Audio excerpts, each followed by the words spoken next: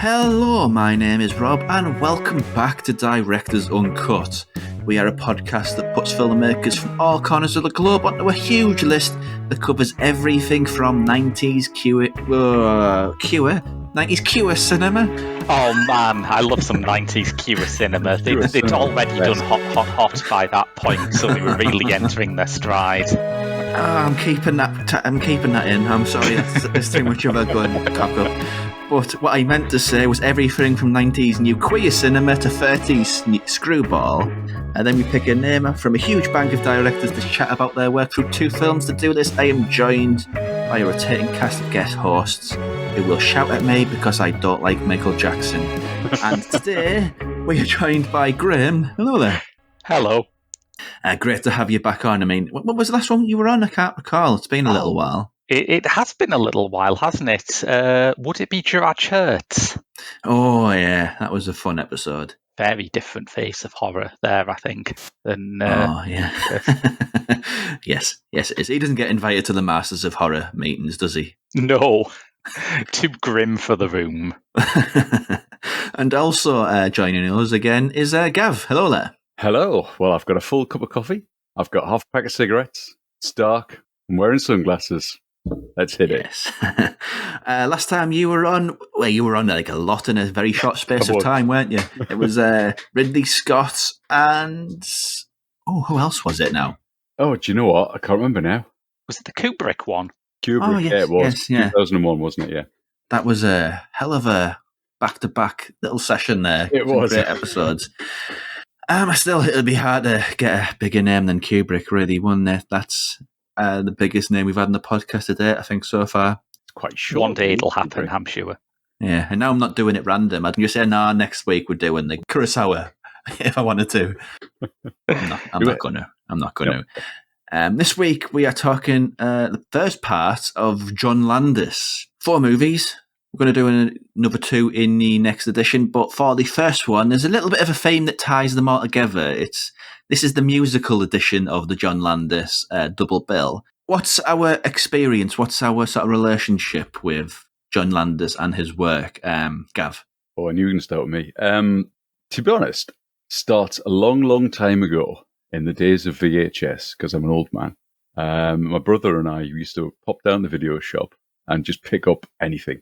And my first Landis was Kentucky Fried Movie. Wow. Picked it up from the shelf, just thought, this looks like a bit of a laugh. Let's have a watch of this. And yeah, within short time after that, picked up American Werewolf for London, even Schlock, and watched Schlock. If you've never seen that, it's well worth it. That was his first film. It's a gorilla and a man in a gorilla suit, isn't it? That's that movie. Much, yeah. But yeah, so been with him for a long time. Think everything he's done, to be honest. Bit of a fan. Some of it's worse than others. One of the ones we're talking tonight is not his greatest works. I'm not sure why we're talking about it, but... well, that's going to be an interesting conversation from my perspective, so we'll get to that later. Yeah. But the weird thing is, it's odd calling him... He's more of an actor than a director, because looking at his actor credits, he's got 113. Yeah. He has been a lot. Mind you, a lot of them are his own. Well, yeah. He pops up as an actor in a lot of his own films, because why not? Because you can. Oh, of course. And same question to Graham. Well, I wasn't, as I've mentioned a lot of times before, so much of a childhood film viewer. I think I did see a bit of the Three Amigos round at a friend's house when I was very young, but like I say, I wasn't into film, so it didn't leave that much of a mark on me. And this is one of the main reasons why I'm very sceptical of the kind of 80s nostalgia industrial complex that we have now, because I just don't share it. But as I grew older, I started to see some of it. I think American Werewolf in London would have been the first one that I sat down and watched, and I was really blown away by it. And he is one of the few mainstream Hollywood directors from that generation where I watch the movies and I don't see what I hated as a kid about that era of cinema. I watch them and they still impress me and feel fresh to me. Admittedly, I haven't gone as far into his filmography as Gav has. I haven't raced to see The Stupids, but what I've seen, I've enjoyed. Well, yeah. I mean, for me, for many people, 90s, 80s, the big sort of elephant in the room is Thriller. They probably... I'm not a Michael Jackson fan, but it'd be churlish to say it's anything other than the greatest pop music video ever, essentially. Yeah. Just the scale and the ambition of it is wonderful. And it's also got like House of Wax posters in the background and Schlock posters in the background. And Vincent Price is in it. It's an odd little beastie, isn't it, that music video? It started an arms race of like bigger and longer and more expensive music videos, the after effects of which are felt on episodes of Pop Screen to this day. Very grateful for it, then, I imagine. Yeah. Yeah. But personally, I don't know, really. I think it must have been American Werewolf for me that really made me aware of who he was, because, like many of his peers, he got sort of lumped into that crowd of 1980s sort of comedy, National Lampoonsy sort of style. Maybe not fairly, but, you know, my first sort of impression of him was he was of that crowd with the Belushis and the Aykroyds and the what have you. Yeah, well, I mean, he was in with the Saturday Night Live crew at the time, so most of his first films have got that kind of feel to it. In fact, going through his filmography, you know, the crew that were in Saturday Night Live back when he started hit most of his films in those big films in the 80s and 90s that he was doing. Yeah. I mean, it's fine. I'm not one of those people who's anti sort of fun comedy 80s movies, because that'd be a horrible thing to be anti. Admittedly, most of them are awful, but there's some really good ones in there. Because I remembered the Porky's is 80s, isn't it? And then I remember my brain sort of like course corrected and said, "Yeah, I can't wholesale, endorse this. I've got to back out a little bit." That's going back to your geezer comedy you talked about off air. Oh yeah. It's like Sid James rubs his thighs in, Glorious Fury of those movies, which is a joke which won't travel very far, but it works. Yeah. If you know, you know, and also if you know, I'm sorry. Yeah. So the movies we're doing today, I described them both as musical themed. I think in the sense of they're both potentially movies that could have been featured on the sister show which Graham hosts, Pop Screen. Indeed. Because it's Into the Night and the Blues Brothers. So which one of those comes first? Sort of linearity-wise? Chronologically, Blues Brothers. First, yeah. My brain is a fried mess. I'm very sorry. Kentucky fried mess. A Kentucky fried. Actually, yes, because yesterday I was ruined by bad KFC. So, yeah, it does scan. Hold on. There's no such thing as a bad KFC, just in case, Oh, there is bad KFC when they haven't cooked it properly. Oh, fair enough. So just upfront about that. So yeah, we'll start with Blues Brothers. It's kind of doing the most popular movie first, but I think it keeps the sort of the surprise of this. Yes, this sleeky sleeper movie towards the back end, which I don't think enough people are even aware or know it exists. The county took a tax assessment of this property last month. They want $5,000. Doesn't the church have to pay that? They would if they were interested in keeping the place. But they aren't. The Archbishop wants to sell this building outright to the Board of Education. What's going to happen to you? I'll be sent to the missions. Africa. Latin America. Korea. Forget it. $5,000, no problem. We'll have it for you in the morning. Let's go, Elwood. No! I will not take your filthy, stolen money. Well, then. I guess you're really up shit creek. I beg your pardon. What did you say? I offered to help you. Mm-hmm. You refused to take our money. Mm-hmm. Then I said, I guess you're really up shit creek.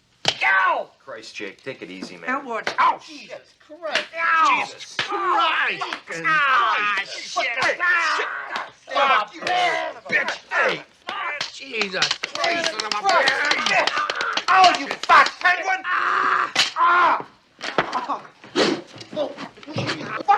noise, man.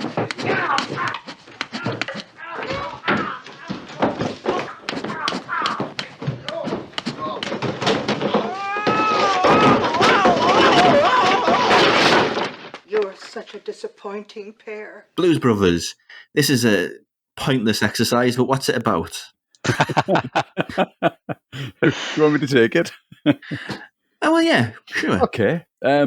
Jake Elwood, or Jolly Jake as he's known, is released from prison, picked up by his brother. Elwood is his brother.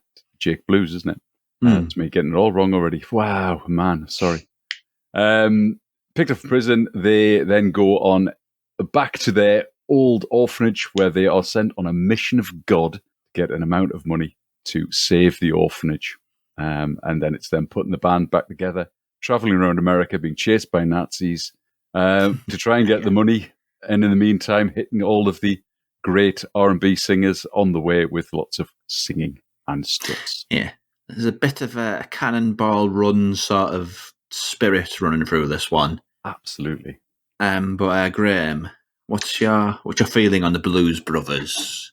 Let me just say before we get into this, I'm obviously delighted that we finally managed to get Rob to watch a musical for this show. Yeah, damn you.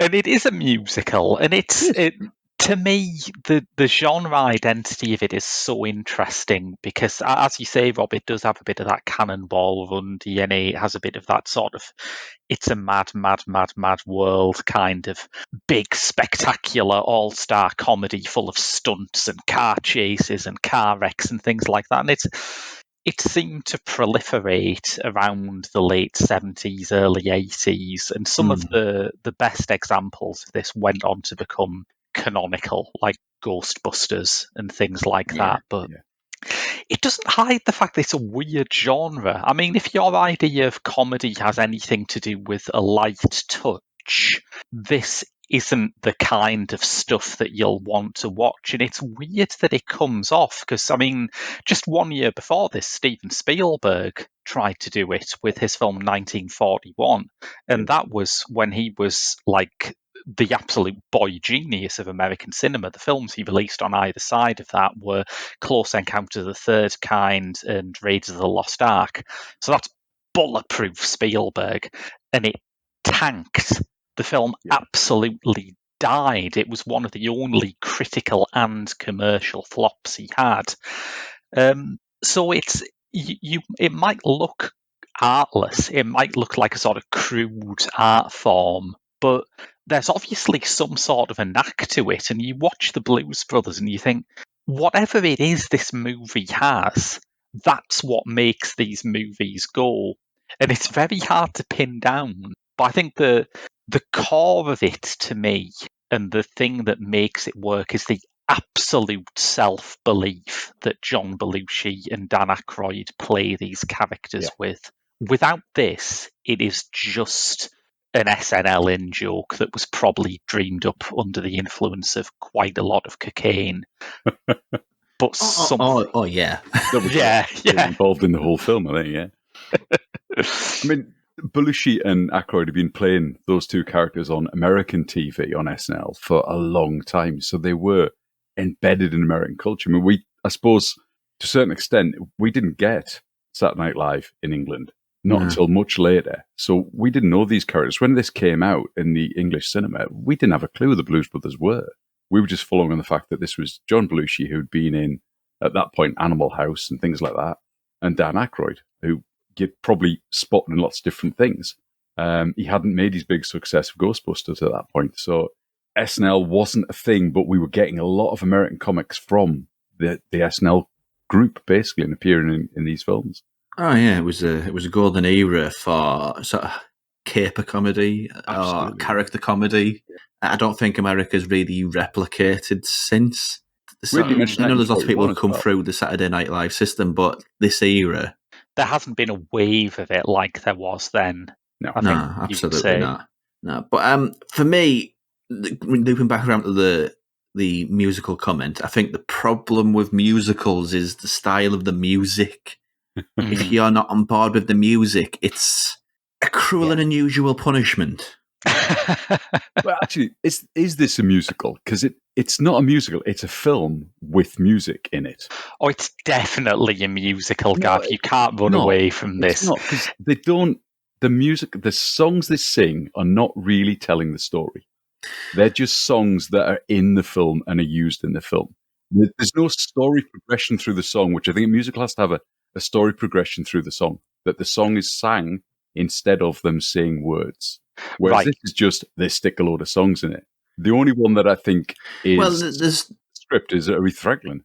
There's a new term, isn't there, that's arose because of the Mamma Mia movies, but they call them jukebox musicals. I was going to say, Gav is talking here like someone who has never had to sit through any of the Mamma Mia movies, and I envy him for this. Yeah, they're talking about cruel and unusual punishment. Yeah. I wouldn't say Mamma Mia was a musical at all. It's a film with a story that happens to use songs. Well, regardless of the sort of characterization of them, they're both sort of pin around sort of the musical numbers. They are a big part of its identity. Yeah. Mm. And I don't know, I mean, for me, soul music, it seems like when you say, I'm not a huge fan of soul music, it's like saying, what are you, deaf? Because it's sort of sonically, the way it's arranged, it's hugely danceable music, but I don't know, there's just something about it which I've never really got on with. Okay. And when it's like a 2.5 hour musical, which on its own, let's be fair, 2.5 hours for any comedy is tough. Yeah. Rough. Yeah.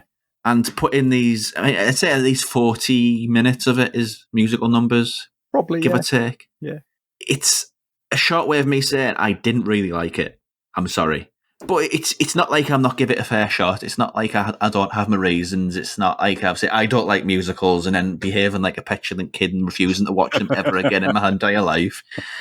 Because I've done a few in pop screen and liked a few in pop screen. So by all means. But yeah, it's a lot more than music though.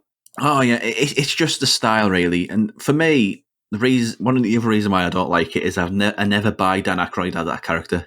It's the kind of straight arrow. Is that the problem with this, do you think? It's kind of like a confusion between him trying to be cool and trying to be straight. It's sort of a bit muddled for me, I think. I think part of the fun of the film is that Jake and Elwood always look kind of like what they are, which is two comedians living out their cool fantasy. And this is never ironized. You know, there's never a point where they get shown up as dorks, but I think they know exactly that you cannot put Dan Aykroyd and John Belushi in a scene with James Brown and have you come out thinking, man, John Belushi and Dan Aykroyd are really cool. You know? Yeah. It's not the cool thing. I don't live and die by that. It's just... Yeah. I've never been an Aykroyd fan. It's just one of those things. There's something about him. I don't know what it is. But by all means, I'm assuming I'm the sort of the dissenting voice here, and you two absolutely adore this movie, or at least like it. Yeah. So please don't let me sort of derail it and talk about it badly for too long. The thing with Blues Brothers, it is more than a musical. This film has got he threw everything in this film. It's got so many different things in it. It's got slapstick comedy. It's got a jilted woman who's trying to murder the main character. You've got Nazis chasing them around the country. You've got the Good Old Boys country band chasing them around the country. You've got most of the police force chasing them around the country. And Steven Spielberg. So yes. Hang on. What? Steven Spielberg? He's at the very, very end. The guy who they give the money to at the end is Steven Spielberg. Oh, well, it's kind of sensory overload by that point. There's so much going on and so many sentences. Mentioned 1941 is a bit odd because obviously Belushi and Spielberg had just worked together in 1941 and now they're working together again in a film that did make a success. Yeah. Was it 115 million box office worldwide, this film? Back when that meant something. And that just about covered the bill for all the cars. Well, it's until the sequel, Blues Brothers 2000, it held the record for the most expensive car chase ever. Yeah. Which has now been broken by Blues Brothers 2000 by one car. I do think we have to talk about its sort of relationship not relationship so much, but its status as a good car chase movie. Because people, I'd be honest, I do think that sort of the high bar for this, people talk about sort of French Connection, and I think this is better. It's one of those things, isn't it, where it depends on what you're asking from a car chase. Like, if you're looking for impeccably performed stunt driving and a sort of Steve McQueen in Bullet sense of cool, that's not what it's going for. If you're looking for more devastation than you could have thought possible, oh boy, yeah, this is the movie for you. Yeah, I mean, it's a chaotic car chase. It's not a cool car chase, but it has an element of cool because it's so chaotic. There's so many cars involved. There's so many wrecks in it. There was some amazing stunt driving. There has to be. To drive that many cars and wreck that many cars in a car chase, there's got to be some good drivers there. And there's not just one. No. There's two. There's one at the beginning, which has become canonised as well as sort of a great car chase where they go through a shopping centre. The shopping mall, yeah.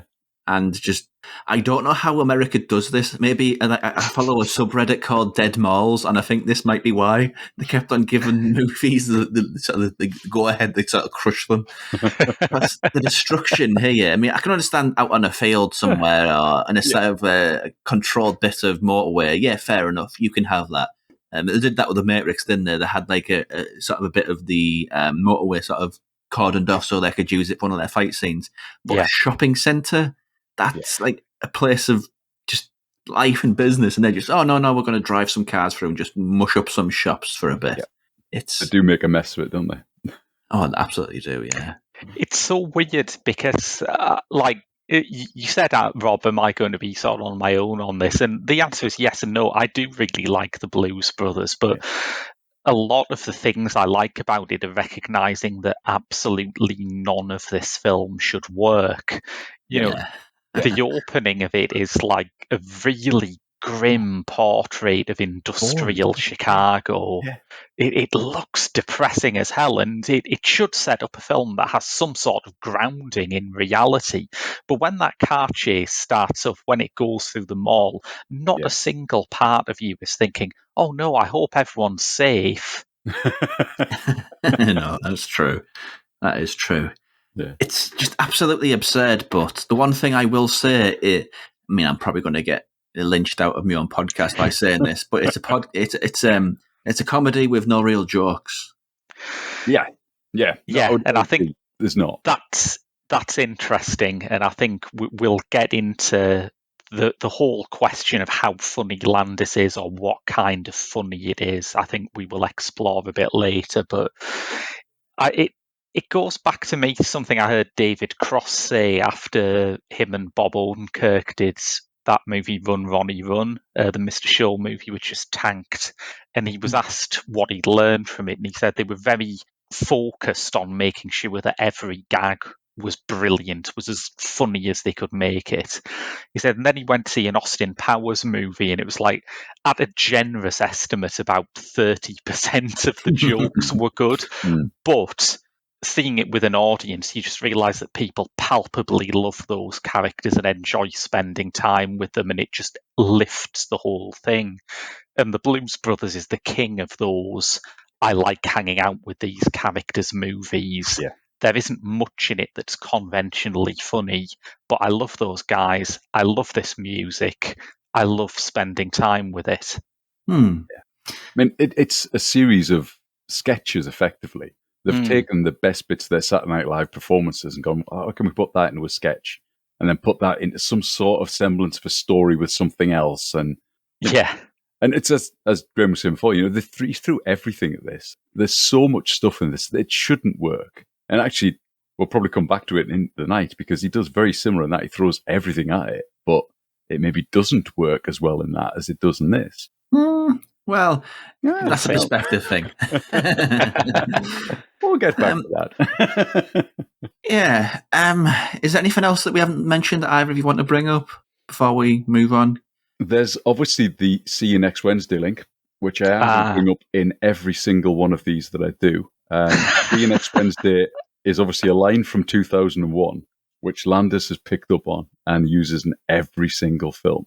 In this particular film, as part of the car chase when the Nazis are chasing them, big billboard on the side of the road for the film See You Next Wednesday.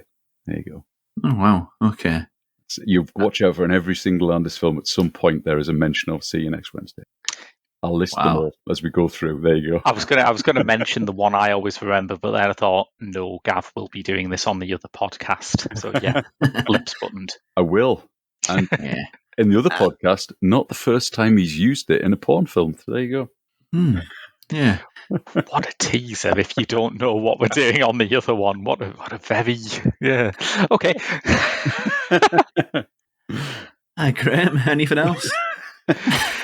I just want to give a shout out to the scene where the Mother Superior beats Jake and Elwood and it just turns into a Three Stooges sketch for a bit. It's just a wonderful example of that old rule that Sam Raimi had about screen violence, where he saw one of the Evil Dead films that had been cut by some country's censor board, and he said it made it worse.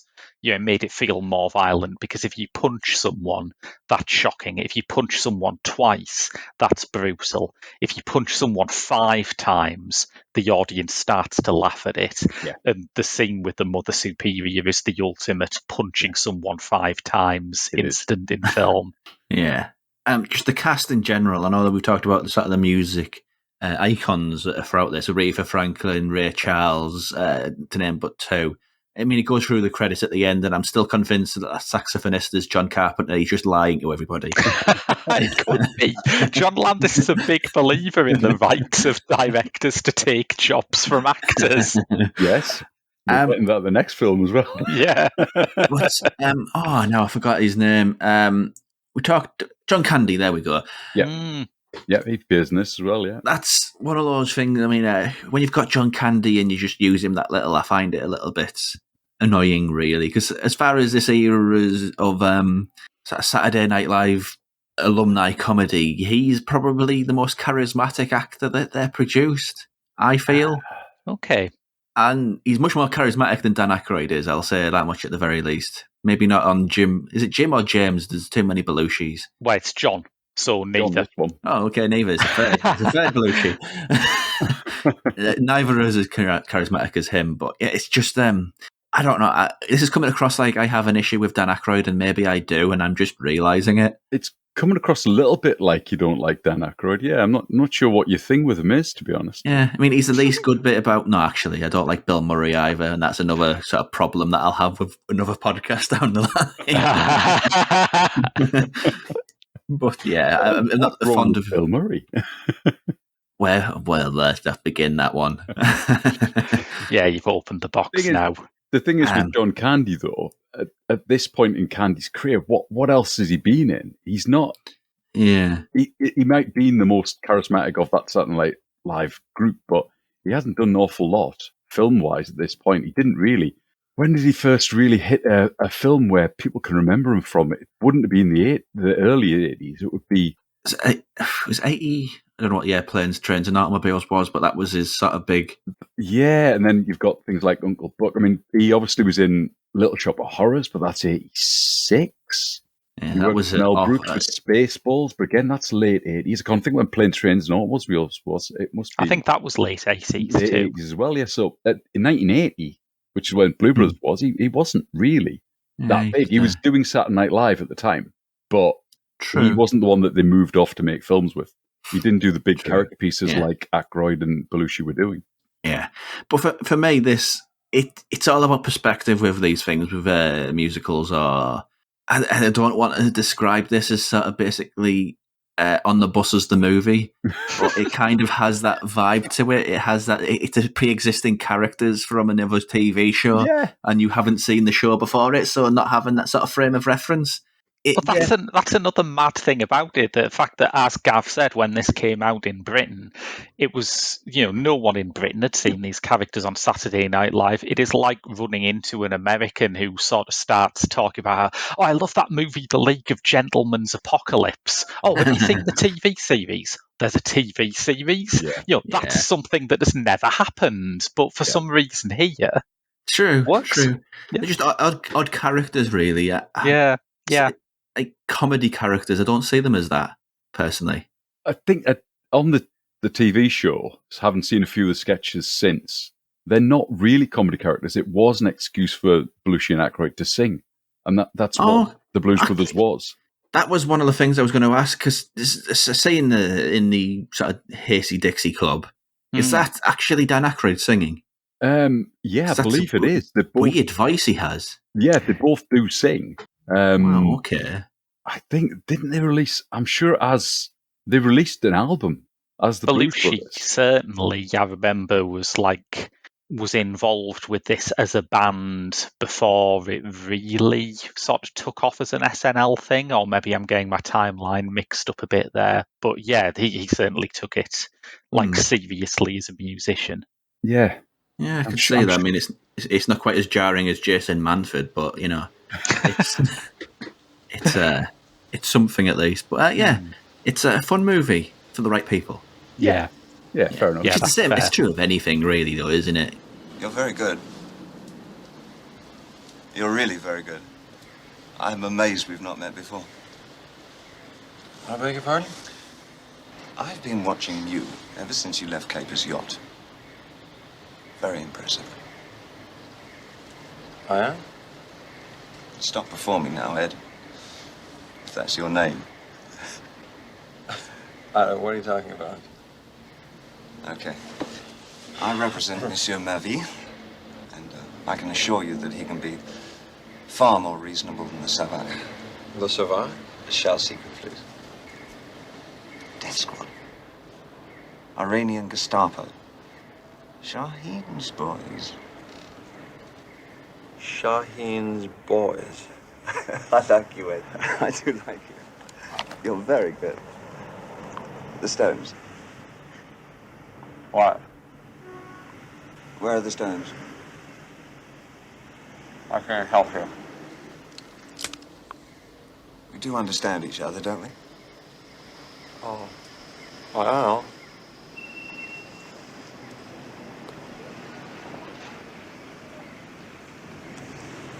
Very good. Very impressive. I'm sure we'll chat again.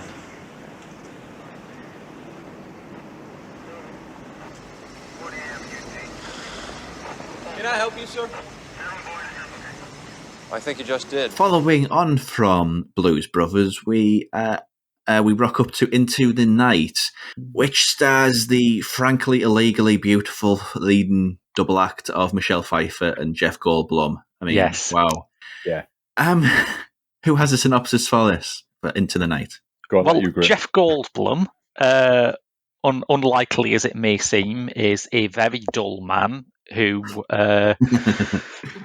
ignoring his co-workers' blandishments to go out and have a wild weekend in Vegas, ends up getting surprised by a beautiful jewel smuggler played by Michelle Pfeiffer, who was trying to get away from four dubiously cast Iranians. They end up on I guess it's another chase movie, isn't it? They end up being pursued by various factions throughout Los Angeles. It's a very LA movie. I do have a soft spot for LA movies. And yeah, it's a modern day caper, isn't it? The Blues Brothers is handling the chaotic, sort of farcical cannonball run end of the caper genre, and this is aiming for the sort of smoother, classier charade end. After hours sort of charade end of it, Gav, you didn't seem like you're a fan of this one, so I'll give you that opportunity now. No, I'm not a fan of it. I think I'm probably in the same boat as most people who've seen this. I mean, it wasn't one of Landis's best films. It wasn't. The box office on this it was minuscule compared to other things that he's done, and certainly critically, it gets panned by pretty much everyone who's ever reviewed it. It's as we were saying about Blues Brothers, he throws an awful lot at this story. It starts off with this boring man who's an aerospace engineer who has a really dull life. He can't sleep, and he finds his wife's having an affair. And from that point on, he goes off on this weird caper that seems completely out of place. I think the only thing that in this that is a bit of a thing for it is Landis manages somehow to keep it going as a movie and actually makes it a reasonable movie throughout, because I think the story in it is absolutely terrible and it's all over the show. It really is. Yeah, absolutely. But it's only the direction that keeps it in some sort of, I don't know, rhythm and makes you think, actually, no, it's not that bad a film, because it's not. It's not the worst film in the world. And certainly, it's probably not even his worst film. No. But it's just, I don't know, it doesn't hit it for me. I watch it, and I've watched it a couple of times and thought, it's just not, it's not up there with a lot of films around. And there's a few points in it you just think, I don't know what I'm watching anymore. I don't know where this is going or why he's thrown this thing in. I mean, it's got some brilliant moments. I think Bowie's brilliant in it. Bowie? God, Bowie? yeah. How do you pronounce it? It's Bowie. Long Is it Bowie, is it? Yeah. Okay. I know that it's been pronounced many different ways through the years. Well, there was an interview that was circling on the interviews. Is it Bowie or Bowie? And he went, yeah. I don't think he cared, honestly. No, I don't know. I mean, it wasn't his real name, so you can do whatever the hell you want with him. This is true, yes. But I mean, he's great in it, and it works from that point of view. Pfieffer and Goldblum, you can't fault them at all. And the fact that I think, is it 12 different directors that cameo in this? I think it's 12. Something like that, yeah. But there's a lot of directors that cameo in this film. The likes of, I know Cronenberg's in it, and Jim Henson's in it. Landis himself pops up in it. Was it Frank Oz in this? I think he was, wasn't he? He was. Frank Oz is in both of these, I think. Yeah. Yeah, Frank Oz is in Blues Brothers as well. Yeah. He's the prison guard at the start. Yeah. Who else is in this one? Lawrence Kasdan's in this one as well, I think. Jonathan Demme. Jonathan Demme's in it. There's an awful lot of directors appear in this film. If you want to do a director's uncut on where directors have acted, most of them have been in this film. Yeah.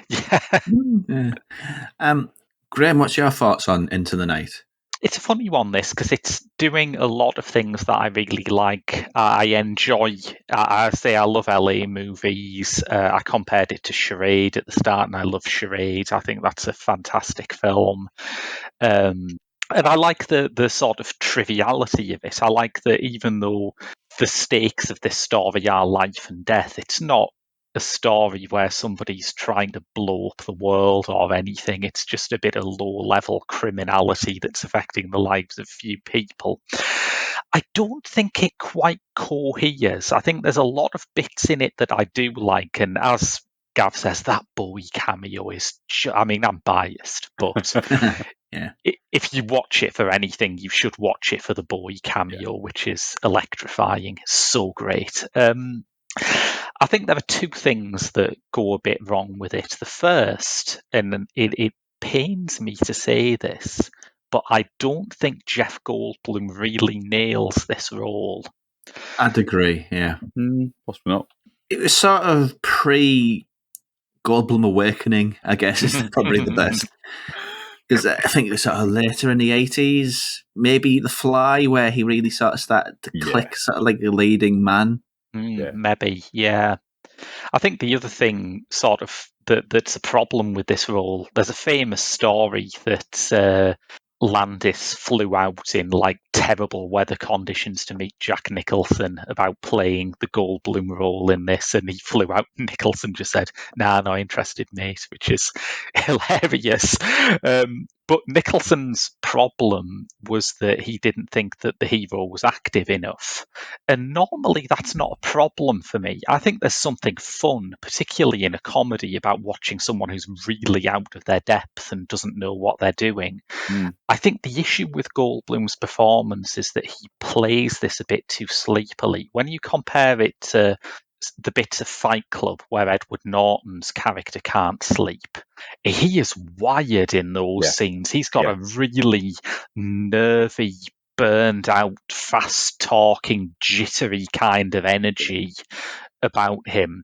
And it makes a character who, at the start of that movie, is just pathetic, feel magnetic, like someone you want to follow. Goldblum seems like he's having less trouble falling asleep than his character says. Yeah. He seems like he's about to fall asleep at any moment of this film. Yeah. And also, there's something about his performance where it's just kind of weirdly detached. It's not that he's sleepy, it's not that he's anything, it's just like he doesn't seem to care when he's in danger.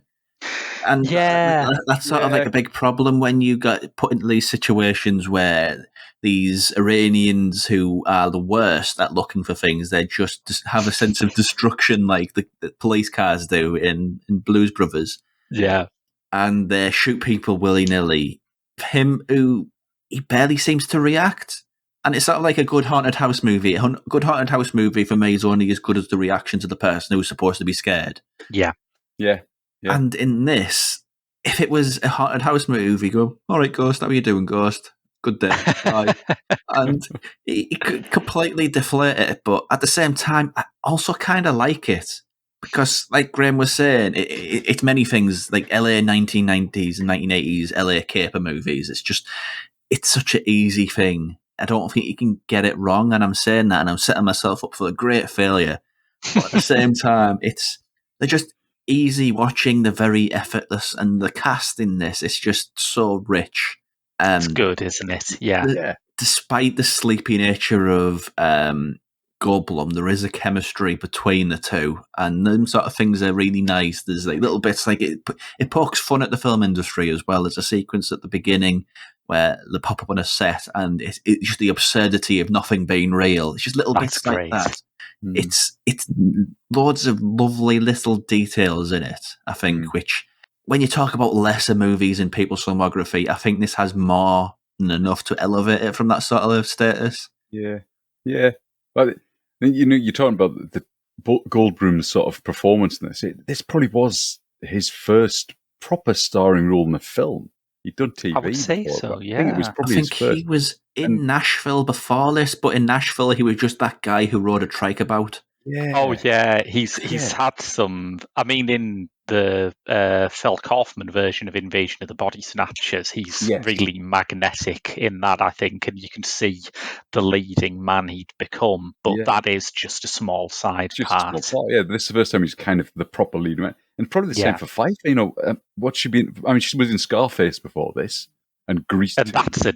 I mean, I greatly enjoy Scarface, but that's an eye candy role. You know, that did not stretch her. This is the first time she was acting properly in a film. So is it that the sleepiness of his performance and even Pfeiffer's performance, it's inexperience in the film industry to a certain extent. I mean, no, and not quite being told exactly what they should be doing. You know, there's a point where you can go, actually, it's the director's fault. If he's that is the other. That is the other thing that sort of hangs over the film, because at this point, Landis was about sort of 2-3 weeks into the shoot when he was summoned to stand trial for the deaths on the set of Twilight Zone, the movie. Right. And I think once you know that, this movie, which is full of magnificent ingredients, the fact that it doesn't quite cohere together makes a bit more sense, I think. It does, actually. That changes a lot of things for it, doesn't it? Yeah, I didn't realise that was the same time. A distracted captain, that's for a movie, really. But despite all that, I think it does hold together quite well. It's part of a phase of movies which just genuinely easy watching, I think. Yeah.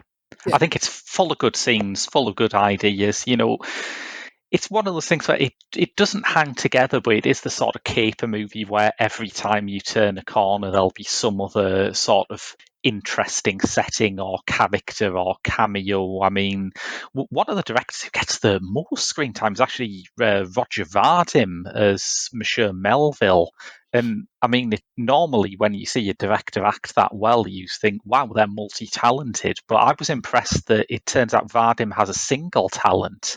He's good at acting. He should have done that instead of directing, which he was fucking terrible at.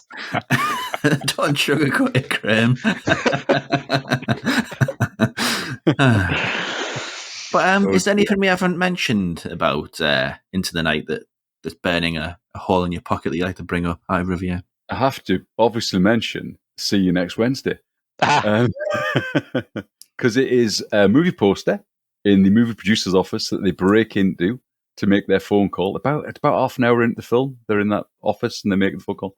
In the background, there is a poster for See You Next Wednesday. And Schlock. Just to add to it. There you go. It's a fun little thing, that isn't it? Everything he does when he has an opportunity to use posters, he'll have a schlock poster. It's like, this is my first movie. Please look go and see at my movie. Not enough people have seen it. Please check it out. Yeah. And try and find See You Next Wednesday if you can, but you won't. Someone must have made a film called See You Next Wednesday by this point just to pay off the joke. Don't know if they can, because obviously he has used it in so many films as actual film titles. So yeah, there's probably some sort of thing on it now that they can't do it. Maybe Also, that'll what would be it his final project, his last Maybe. statement. Yeah, that'd be interesting. And it's just a 20-minute video of him beating the hell out of his son.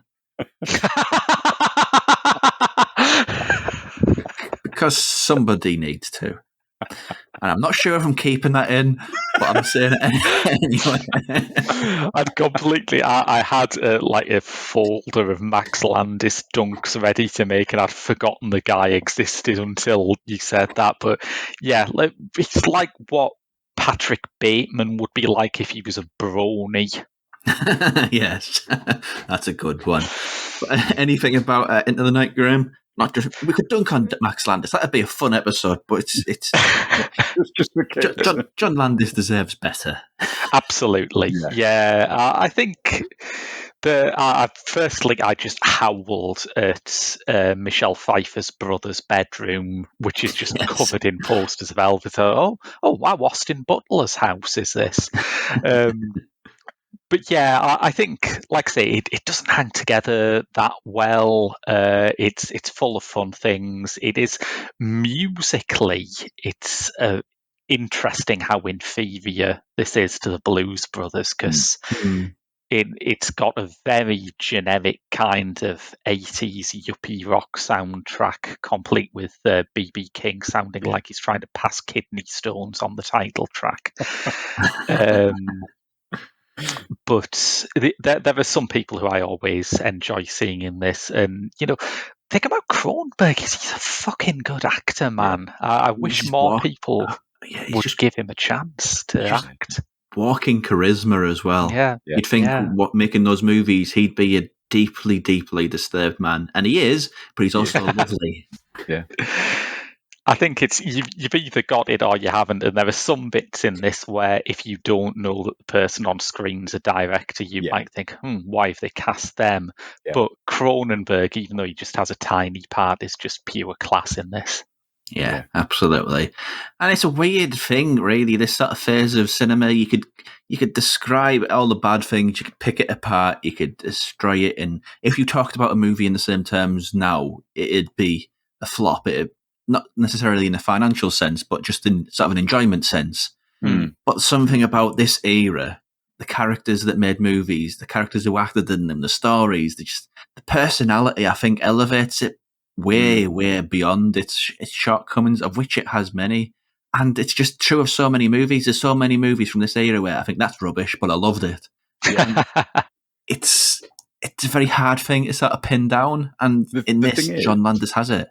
The thing is, if you watch this film back then, when it was a flop in 85, is it watching it in retrospect, knowing the director that Landis became afterwards, the stuff he did afterwards, what Goldblum and Pfieffer became afterwards, is that what makes it better? Or I don't know, really. Is it actually just, there's something to it that makes it a fairly decent film? Because I know I said before, don't really like it, but actually it's a decent film. It's worth a watch. But it's got a lot of mistakes, a lot of problems to it, but I think it's charm. It's such an impossible thing to sort of quantify and describe, but it's there. There's a charm there. There's a personality there, which I think is easy to attach to. And I think that, there's been a lot written about the death of the movie star, which I always think is slightly absurd, but that's another conversation for another time. But it's like, what I think has maybe happened is that there aren't enough people who can write movie star roles. And for all that I have my misgivings about Goldblum's casting and his performance in this, there is something primal that works when you have like big archetypal roles like an ordinary man out of his depth, the mysterious jewel smuggler who catches his eye. These are very familiar parts, but they're familiar in a good way. They're archetypal, they're iconic, and when you put people as charismatic and as gorgeous as Goldblum and Pfieffer in those parts, something a bit magical does happen, I think. Yeah. I'm sorry to disturb you, Doctor, but we have 2 gentlemen at the door to see you. They appear to have a herring barrel with them, sir. I've no taste for herring, Patterson. Send them away. I believe there's something else in a herring barrel for you, sir. I commend you both on account of his freshness. Thank you, Doctor. Why is he bent in half like that? This man obviously died in some kind of construction accident. That is exactly what happened. Isn't that exactly what happened, Mr. Burke? Aye, Mr. Hare, yeah, that's exactly what happened. Right. I'll give you £3. We was looking for £6, sir. I'm afraid I can go no higher than £4, 10 shillings. Dr. Knox, sir, you yourself complimented us on account of its freshness, sir. Quite the salesman, aren't you, Mr. Hare? Could you make it £5, 10 shillings? What with so much construction work going on in Edinburgh, if we were to stumble on any other unfortunates, could you be interested, Doctor? I'll give you £5 for your efforts, gentlemen, and I'll pay you the same for any more unfortunates that you can deliver, except in the summer when we have a few problems keeping them fresh. I completely understand, Dr. Knox. All right, Patterson, prepare this gentleman for the lecture. Wrapping up, it's sort of a dual-pronged question. What do you think of John Landis as a filmmaker? And a simple question of, does he have a strong filmography? Gav? I think he's a brilliant filmmaker. I think from point of view of strong filmography, there's a point in time, sort of early 80s towards the late 80s, where he was making some of the best films around. You've got things like Trading Places and The American Werewolf. You've got Spies Like Us, and a lot of them are with the big names that have come out of America and SNL. But he's got some amazing films in that filmography that you just go, yeah, I could watch that again and again and again. He's got some absolute dross in there as well, it has to be said. But he's flitted between different genres quite well. When he does horror brilliantly. And when he does slapstick comedy, he does slapstick comedy brilliantly. But there's sometimes where he tries to mix all of it together and it comes out as Into the Night. So he's got a strong load of films there behind him, but you've got to pick out the right ones and watch the right ones, I think. And I've seen most of them. Well, yes. Graham? One of the things that sort of come home to me watching these 2 films in particular is that he is like the product of that 70s movie brat generation who feels most like the 70s never happened for him. And maybe I would feel a bit differently if we were doing Animal House and American Werewolf in London, which are both obviously products of the kind of loosening of censorship restrictions and the more hard-hitting nature of 70s Hollywood. But these 2 films, like for the Blues Brothers in particular, you'd have to cut out a couple of swear words and it would fit very neatly into like the 1960s all-star comedy canon. Into the Night, as I've said, has roots in the kind of 60s romantic capers. And I think at its worst, this becomes kind of incoherent as an identity. At its worst, you've got very corny and old-fashioned things bumping up against quite transgressive things in a way that makes the old-fashioned things look predictable and the transgressive things look ugly. But at its best, again, there's something really appealing about it. There's almost a kind of vaudeville sensibility about it. Landis never wants to be cool. He likes people who are cool. He has people who are cool in both of these movies, and he has them playing cool roles. But he himself is just a big dork who likes 50s monster movies and car chases. And there's something very open-hearted about that I kind of like. Do you think he's done? because he's in that sort of role of his career now, like Joe Dante, where he just sort of swans around and does like talking head interviews for documentaries. But they're both young enough, but to sort of continue their career. But in the case of Landis, do you think he's done? My dark secret that I've been fighting against bringing up here is that I saw Burke and Hare at the cinema and thought it was pretty funny. I don't mind that film. I think it's all right. Do you know what? I would agree with you. I think it's quite a good film, personally. Good. Yeah, because the reason I ask that... Isn't that the last film that he directed? Yeah. Which the reason I ask that is... something like that. There's... his peers, like John Carpenter is a peer, and he'll never make another movie. He's a bitter, angry old man who hates movies. Like interviews, he's not a happy human being. No. But John Landis, he still absolutely adores the medium. He talks about it so enthusiastically. So I think it's just, we could say that we could see him do more, but I think it's just the film industry, really, isn't it? He's put in that can that says past it. It's strange, isn't it? I think comedy is one of those things where people are very, very concerned about whether it's dated or not. And sometimes I understand that. Obviously, if you're talking about comedy that's, racist or sexist, and certainly there are parts of Landis's canon that wouldn't pass the 2023 smell test on these issues, then I can understand objecting to it being dated. But if something's just kind of corny, I don't mind that. Sometimes I kind of like that. And I think, a lot of Landis's work is corny, but again, so what? He's not pretending to be cool. I think if he made another film, it would get monstered for being corny in the same way that Burke and Hare was. But I don't think it would be bad. I just think it's how people treat comedy. Like if he was a thriller director, he'd be treated like De Palma, where De Palma still makes stuff. De Palma still sometimes makes stuff that gets good responses, because when you do an old-fashioned thriller, it's classy, it's vintage, but when you do an old-fashioned comedy, it's embarrassing for people, and I don't really get that. I mean, he's a peer of Scorsese and there you go. I can't remember the New York director. Lots of driller killer names. Oh, Abel Ferrara. Yeah. They're all peers of each other, but the other two still making stuff.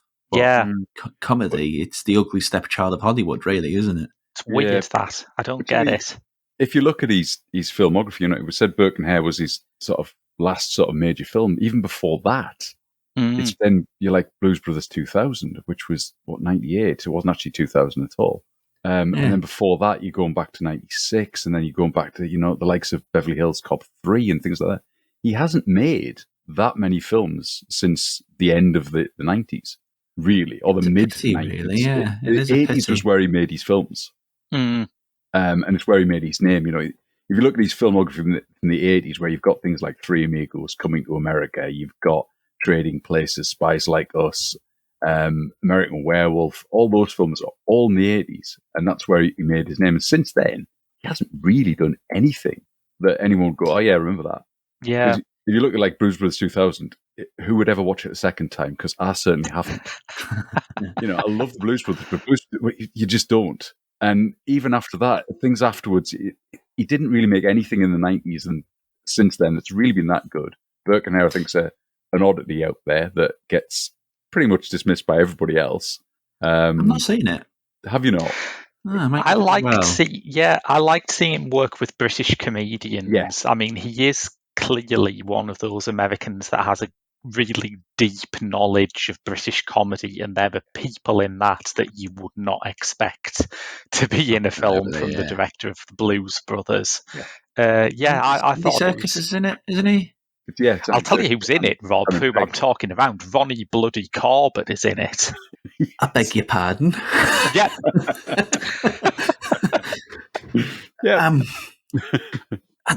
That's a sort of... That's a part of my brain that doesn't quite compute. I was going to make another jab at Max Landis, but you've completely distracted me from making that jab. I think I owe myself to watch it now because, the two Ronnies are corny, but they're still funny. Exactly. That sort of comedy really holds up, And I think the one thing that modern Hollywood comedy has really forgotten is the fact that comedy is for everybody. It used to be like an entire menu of different styles. Yeah. Now it's not really that. It's either sleazy or harmless, and there's no real sort of sliding scale of what those two things mean. Yeah. There's definitely like big trends in Hollywood comedy in the 21st century that it generally just ends up burning people out. Like, I remember when the first Judd Apatow stuff started coming out, and I thought they were amazingly funny. I was really excited by them, but around 2008, suddenly every single comedy had to be either produced by Judd Apatow or in the style of Judd Apatow, and it just it burns you out on that whole style. Yeah. So I think closing remark, besides saying the only thing he does now is blight the universe with the existence of Max Landis, is to say something like the world of Hollywood needs more like Max Landis. Now, John Landis. Wow, Course correct. I'm clipping that out of context and putting it all over social media. There's nothing you can do about it now. Damn you, Graham. But yes, Hollywood needs more people like John Landis, I think. Not so much businessmen, but people who love the industry. And the worst you could ever say about him, at his best or at his worst, is he loves movies. Yeah. And that seems like a very rare trait. Yeah. Honestly. Yeah. Okay, so wrapping up. Are we not talking about Thriller then? Are we not? We can talk about Thriller if we want. I mean, yeah. What's your thoughts on Thrillers? The pair of you, Thriller. I want to say my other dark secret is that I forgot to watch Thriller in preparation for this podcast. But yeah. Wow, man. Well, I'm disappointed in you, Graham. I really am. Whoops. Have you watched Gav? Have you watched Thriller again? I've watched it since. I did watch it again for this. I mean, Thriller's great. It's a fantastic music video, and I know you said it earlier that it sort of built this thing of long music videos. It is a fantastic music video. It's actually a better short film with a dodgy song in the end. But it's such a weird song as well, the way it's put together. I mean, the way you remember it, you remember the chorus, and the chorus and the sung vocals is very minor. Most of it is just Quincy Jones's amazing production. But that's an intentional thing on the video, that they don't use the chorus till the end.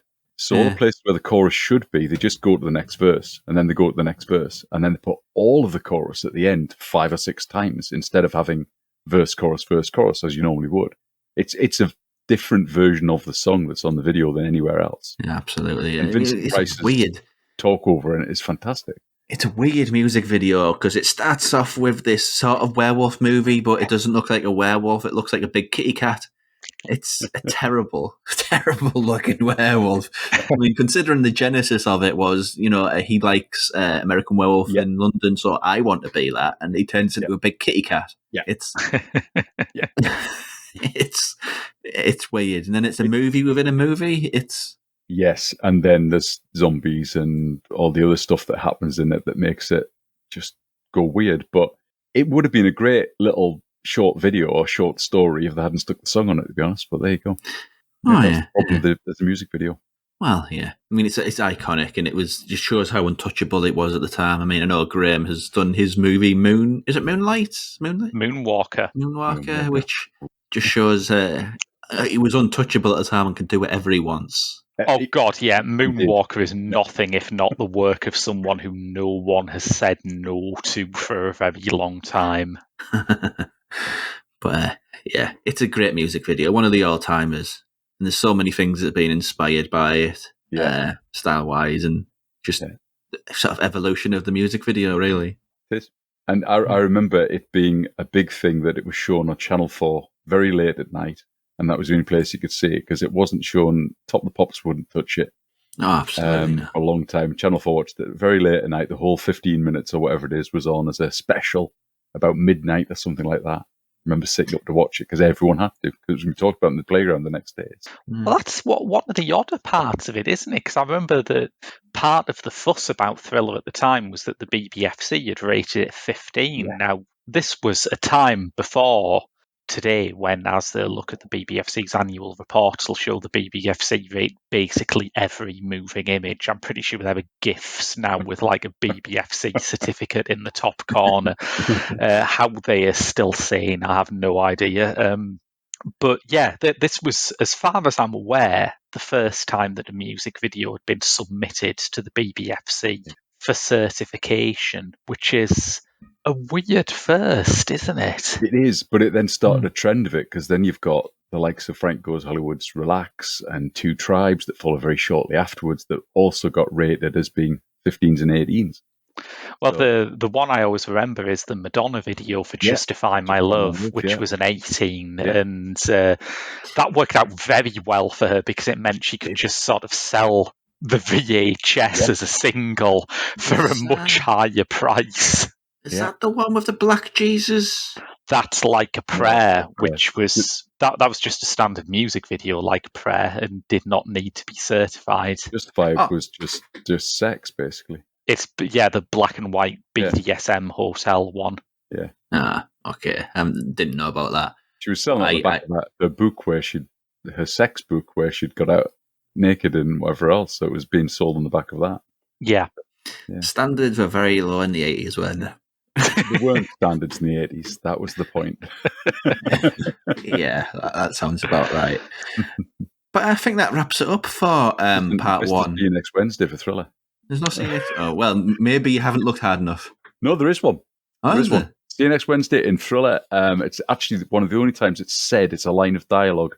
The policeman at the start, there's scrawling of blood, and he's asked what it says, and it says, see you next Wednesday. I don't know whether this will be picked up by either of you, but there's a sequence where they're on the middle of the road, but it feels a lot like the road that was on Return of the Living Dead. I don't know. It was driving me nuts. It's like, that's a familiar road. I know that road. It's very possible that it is. There's bound to be a website that clears that up. Yeah, there's like tourism boards for all sorts of horror movies. Like, this scene is here, that scene is there. So, yeah. Wrapping up, for this part of John Landis, Graham, where can we find you and your stuff on the internet? Well, as has been subtly hinted throughout the podcast, my main gig is Pop Screen, the Geek Show podcast about pop stars in the movies, which you can find on Anchor FM. I'm also a writer for the Geek Show. I've been doing a bit of film festival coverage recently, which has been fun, and I also do articles for Byline Times, Horrified, and We Are Cult. You can find me on Letterboxd, just search for Graham Williamson, and I'm on Twitter and Instagram at Graham W Film. Gav, yourself? It's the My Favourite Film podcast. You'll find us. Best way is just go to the website myfavoritefilm.com. All the links are there. You find us on Twitter, Facebook, everything else under that same thing, My Favourite Film. Excellent. We're coming back with a new series very soon. I promise you. Nice. Looking forward to it. New theme tune and everything's great. The best day in any podcast when you upgrade the theme tune. So yeah, you can find me across social media at UncutRobcast, Twitter, Instagram, and I think that's it. I've got rid of all the sort of hangers-on which people thought were the future but aren't. We know what all of them are. So yeah, Twitter and Instagram are the two main places you can find me on, Letterboxd as well. But while we're here, just before I leave you for this week, check out our Patreon. There is lots going on there. You can check out, I guess it's a bonus episode of what this is. It goes under the name Last Night, and we do one every month. And there's also an extra episode of Pop Screen there too, so there's plenty going on there, as well as lots of writing, lots and lots of writing. So fun stuff there, something for everybody. And I'm rambling because I know I've done too many podcasts in too much of a short space of time. My brain has turned to jelly. So I will use that as an excuse to sort of get out of here. But until next time, this has been Directors Uncut, and thank you for listening. See you next Wednesday. Ha!